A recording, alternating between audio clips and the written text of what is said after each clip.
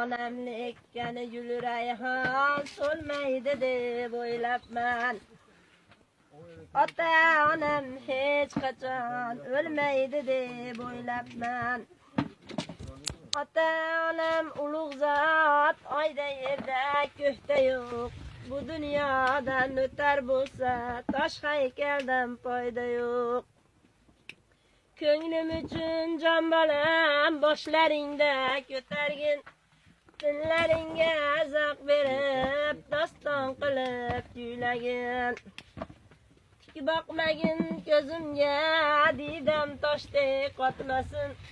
Qarab qo'ysam jon bolam, u bolangdan qaytmasin. Men tirikman jon bolam, o'rdak quyon otib o'lganimdan so'ng meni arpa unga sotib ye. Qornim ochsa jon bolam, saryo bilan siylagin.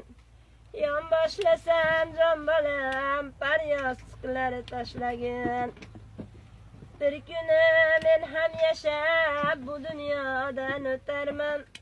To'rt oyoqli yog'och otda manzilimga yetarman. Onamni ekkani gul rayhon so'lmaydi deb o'ylabman. Ota-onam hech qachon o'lmaydi deb o'ylab